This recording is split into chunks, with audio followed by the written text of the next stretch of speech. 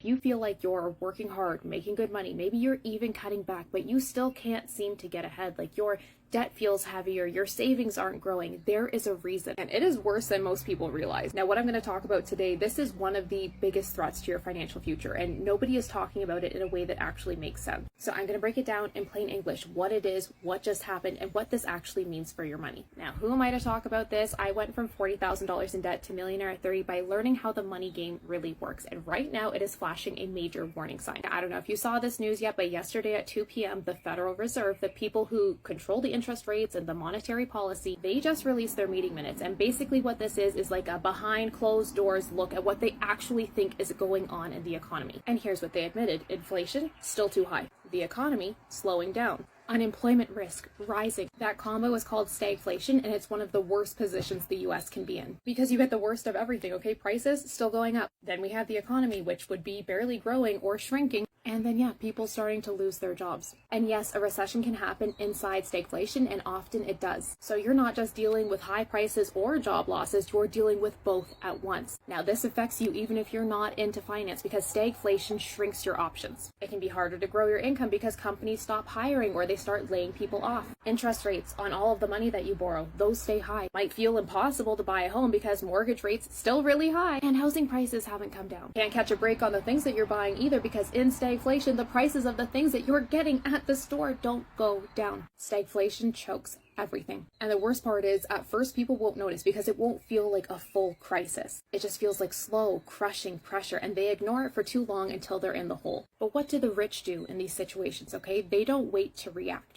They're already watching this. They already know how to pivot their strategy. This way they can protect their wealth and even grow their money. Yes, even in stagflation. So if you want to build wealth in this economy, you need to understand what's really going on. And I'm going to continue breaking it down for you without the jargon and simple, plain to understand language. But if you want the full strategy, go and watch my free masterclass, How to Get Rich in a Recession. It's linked in my bio.